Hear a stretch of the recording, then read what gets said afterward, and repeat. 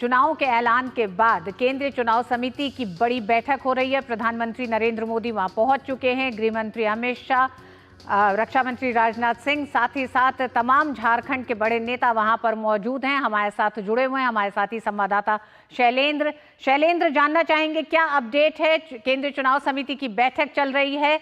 हरियाणा के चुनाव की रणनीति जो है या फिर बीजेपी की जो रणनीति तमाम अन्य विधानसभा चुनाव में राज्यों के साथ रही है, क्या उस तरह की रणनीति होगी या फिर यहाँ पे कुछ बदली रणनीति दिखाई देने जा रही है?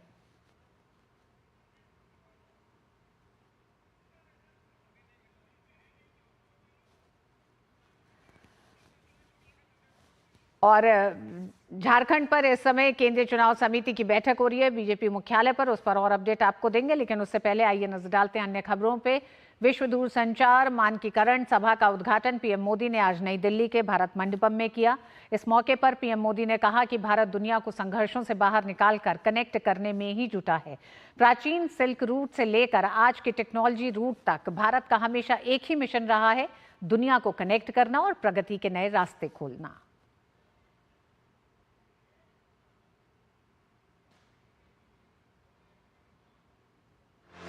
दूरसंचार, डिजिटल और मोबाइल तकनीक के भव्य समागम में प्रधानमंत्री नरेंद्र मोदी। भारत मंडपम में आयोजित इस समारोह में पीएम ने 2 बड़े सम्मेलनों का शुभारंभ किया। पहली बार भारत की मेजबानी में हो रही अंतर्राष्ट्रीय दूरसंचार संघ की वर्ल्ड टेलीकम्युनिकेशन स्टैंडर्डाइजेशन असेंबली इस क्षेत्र से जुड़ी अगली पीढ़ी की तकनीकों के मानकों पर मंथन का बड़ा मंच है। कार्यक्रम में 190 से अधिक देशों के 3000 से अधिक प्रतिनिधि हिस्सा ले रहे हैं। वहीं 8वीं इंडिया मोबाइल कांग्रेस में सेमीकंडक्टर, साइबर सुरक्षा, ग्रीन टेक, सेटकॉम और इलेक्ट्रॉनिक विनिर्माण जैसे मुद्दों पर चर्चा हो रही है। इसमें 400 से अधिक प्रदर्शकों और लगभग 900 स्टार्टअप के साथ साथ 120 से अधिक देश भागीदारी कर रहे हैं।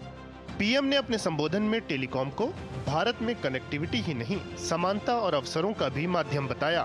पीएम ने कहा कि भारत ने डिजिटल तकनीक का लोकतांत्रिकरण किया है। वैश्विक संघर्षों का जिक्र करते हुए पीएम ने कहा कि भारत हमेशा विश्व को जोड़ने की दिशा में प्रयास करता रहा है।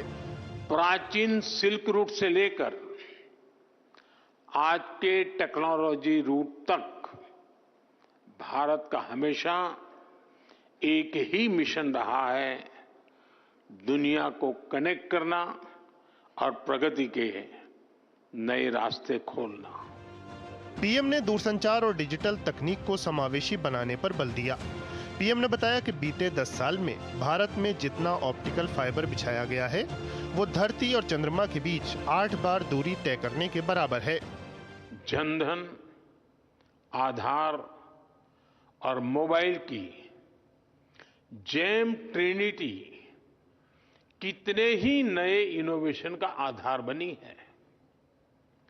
यूनिफाइड पेमेंट्स इंटरफेस यूपीआई ने कितनी ही नई कंपनियों को नए मौके दिए हैं। अब आजकल ओएनडीसी की भी ऐसी ही चर्चा हो रही है। ओएनडीसी से भी डिजिटल कॉमर्स में नई क्रांति आने वाली है। समावेश के साथ साथ सुरक्षा को अहम बताते हुए पीएम ने आह्वान किया कि तकनीक को लेकर वैश्विक स्तर पर मानक तय किए जाने चाहिए। प्रधानमंत्री ने मोबाइल फोन विनिर्माण जैसे क्षेत्रों में शानदार प्रगति का जिक्र किया। पहले हम ज्यादातर फोन बाहर से इंपोर्ट करते थे, आज हम पहले से 6 गुना ज्यादा मोबाइल फोन भारत में बना रहे हैं। हमारी पहचान एक मोबाइल एक्सपोर्टर देश की है और हम इतने पर ही नहीं रुके हैं। अब हम चिप से लेकर फिनिश प्रोडक्ट तक दुनिया को एक complete made in India phone देने में जुटे हैं। प्रधानमंत्री ने भारत मंडपम में एक प्रदर्शनी का भी अवलोकन किया। इसमें दूरसंचार और डिजिटल तकनीक के क्षेत्र में हो रही प्रगति को प्रदर्शित किया गया है। इन मंचों के माध्यम से टेलीकॉम और मोबाइल जैसे क्षेत्रों से जुड़े दिग्गजों और हजारों प्रतिनिधियों के साथ आने से इन सेक्टरों में भविष्य के लिए प्रगति की राह तैयार करने में मदद मिलेगी। शैलेंद्र मिश्र और तापस भट्टाचार्य के साथ ब्यूरो रिपोर्ट, डीडी न्यूज। और झारखंड विधानसभा चुनाव को लेकर इस समय भारतीय जनता पार्टी मुख्यालय पर